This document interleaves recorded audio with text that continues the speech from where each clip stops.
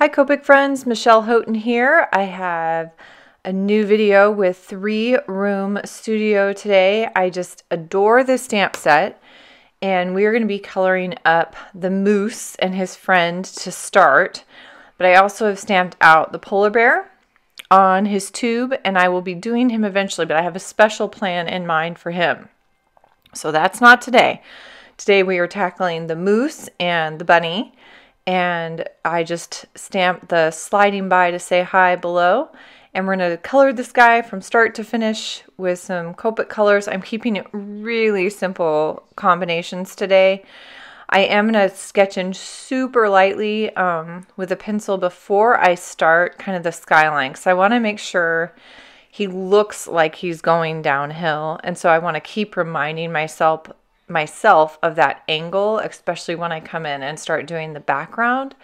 So I'm giving myself that hint of where that kind of slope needs to happen so that I don't forget about it. That'd be one of those times where suddenly I create a horizontal line instead of more of a diagonal downward line, and then it doesn't really work. It doesn't look like he's sliding downhill. So I am going to start with the critters, the moose, which I am super excited about the moose because, as some of you might have seen on the Copic and the Craft Room channel, I am soon to be moving to Alaska if we can get things cleared up in the world. My husband is on his way now, and our family is following shortly. So I'm starting with some E's. I've got an E23 and an E25 for pretty much the entire moose. I'm going to let some music get going and let you guys watch. As always, though, please make sure to ask questions. I don't do a whole lot of talking on some of these simple ones, but if you guys have questions about what I'm doing, just type those in below, and I try to keep track of that and get in and answer those in a reasonable amount of time.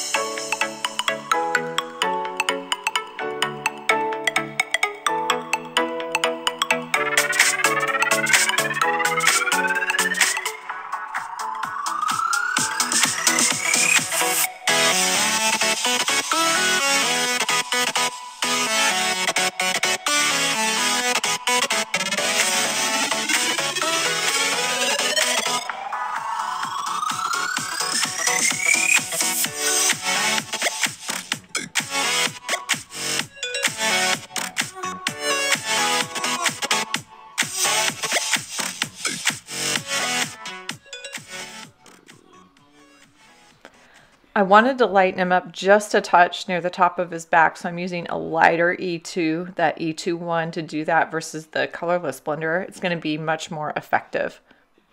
E31 and E71 are going in on the antlers, the rack. I felt like that was a really neat combination to get a more realistic color effect. So the E7s have kind of a mauve tone to them, and that E31 is really a unique color, and I think the two of them work really well together.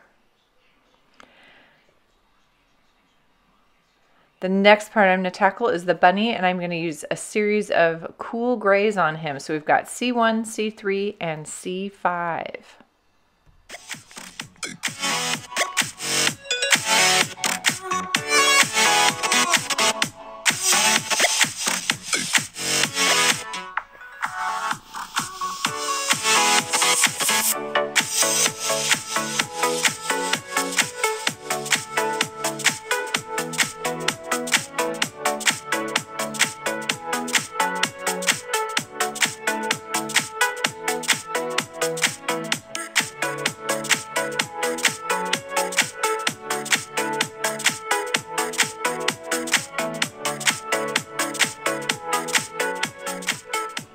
After a little E93 on the nose and little bit on the ears. I'm coming in with one of the BVs, a BV23, to do some cast shadows. It's going to give a neat pop under the ski poles and some depth to those long legs on the moose. Trees are next. I am using a series of YGs and a G, YG61, YG67, and a G28.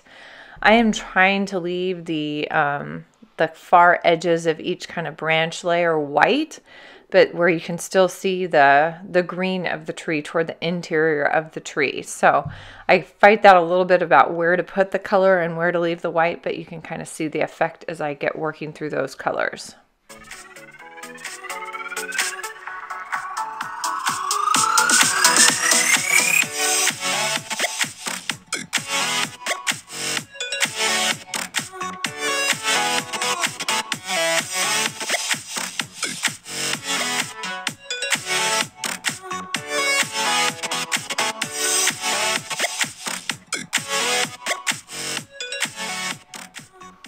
All right, BV20 and Colorless Blender are going to do a lot of snow. So we've got some shadows or trail pieces on the skis underneath the moose.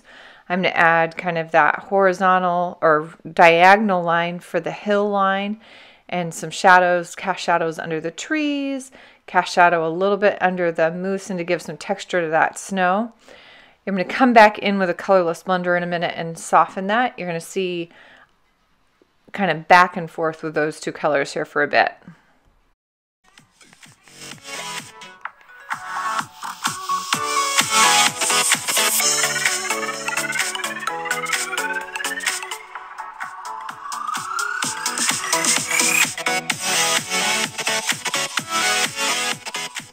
Sky is really simple with a BG000.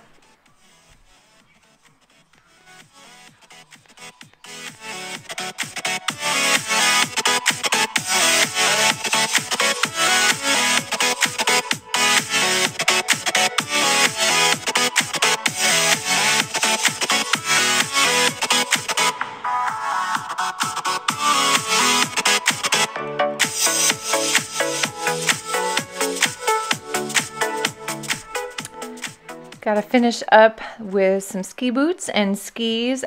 These are such tiny areas. I actually started with the darker color first, B24, and then I'm adding B12 to the front of those. A lot of times with these tiny little spaces, if you're trying to use more than one color, going from dark to light is going to work really well. I'm just using a very dark desaturated blue, which is the B97 on the skis and ski poles, just to finish those up. I'm not trying to do any shading there. They're too thin and narrow, so keeping that pretty solid. Then I've got a few little details here and there, but mostly I'm going to add some more snow, both on the ground, add a little bit more going on that hill, and then also to really reinforce that slope, and then also a little bit of work on the snow on the trees to give a little bit more there as well.